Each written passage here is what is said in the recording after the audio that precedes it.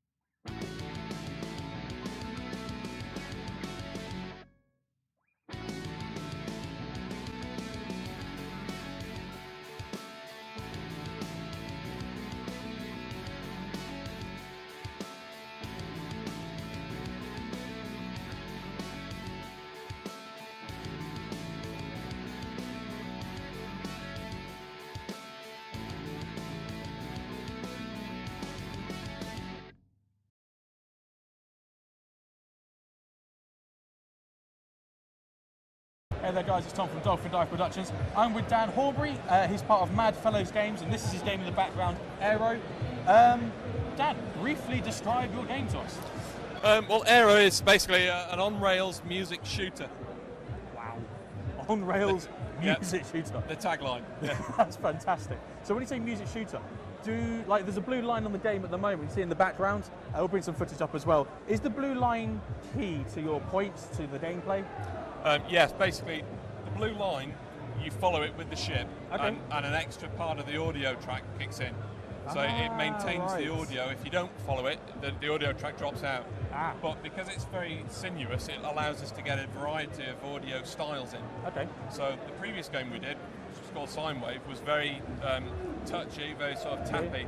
It lent itself to very heavy beats, so it was a very dubstep-based game. Whereas this game, because we've got the ribbon mechanism in there, it means we can get a lot more sinuous, softer, ambient sort of music in there. When you hit the blue line, there's just a different key. Just kicks in, you're like, yeah, it sort of reinforces. And it makes you want to hit that blue line every time. Yeah. Which I suppose, do you get points from hitting the blue line? You do, or is it purely from a music standpoint that you want to do it? No, you get extra points for following it, and you sort of charge up a multiplier by following the ribbons. Fantastic. You mentioned it was an on-rails shooter, music shooter. Is there room to branch out? This is what build is this at the moment? This is just after alpha. Just after alpha. I mean, visually it's very stunning already. Thank you. So, is there room? Are you looking ways to branch out? in terms of like maybe a secret level here and there, maybe different parts? In the game design, there are multiple choices at certain paths, so you could choose a really difficult section for extra points, or you could choose a safer section that's not as many points, but it'll get you to the end. And then obviously we've got things like boss battles in there that you'll be able to select whether you want to attack the boss at that stage or not. Yeah, cool. Because at the moment the boss battle's visually stunning and the music's fantastic as well. But I found, from my point of view, it wasn't that challenging. Yeah. Will there be, let's say when the full build comes out, will there be bigger, badder bosses that want to do evil things to you? The boss battle in this one was basically for a demonstration to show that there's a lot more variety in the space, rather than it just being all inside tunnels. Yeah. There's a lot more outside scope.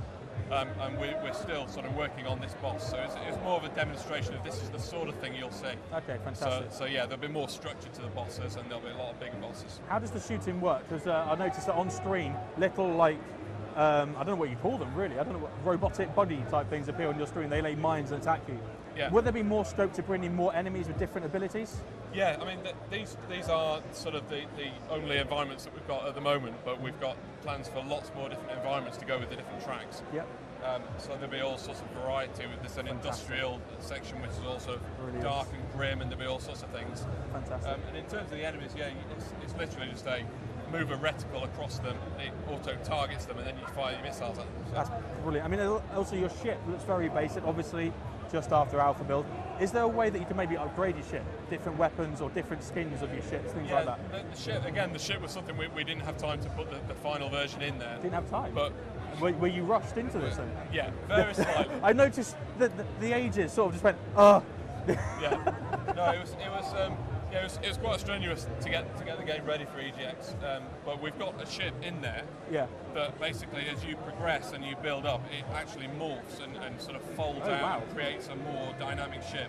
So that's definitely one of the intentions, to put more dynamicism in it. Fantastic. Also, the music, you say 3 tracks at the moment. How much more scope is there for the music? Where did the inspiration for that style of music for this game? Was it the one, when you thought about this game, was it like, yeah, I want dubstep, or I want something heavy, something... Well, for the purpose of this demo, the dubstep tracks were some of the music titles we're working with. So we're working really closely with a group called Noisier. We're working with Flux Pavilion, which you may have heard on the radio. Yeah. And we've got labels like Never Say Die and things like that. So we've got a big catalogue, and we're working through the music licensing at the moment to get as many tracks in there as possible.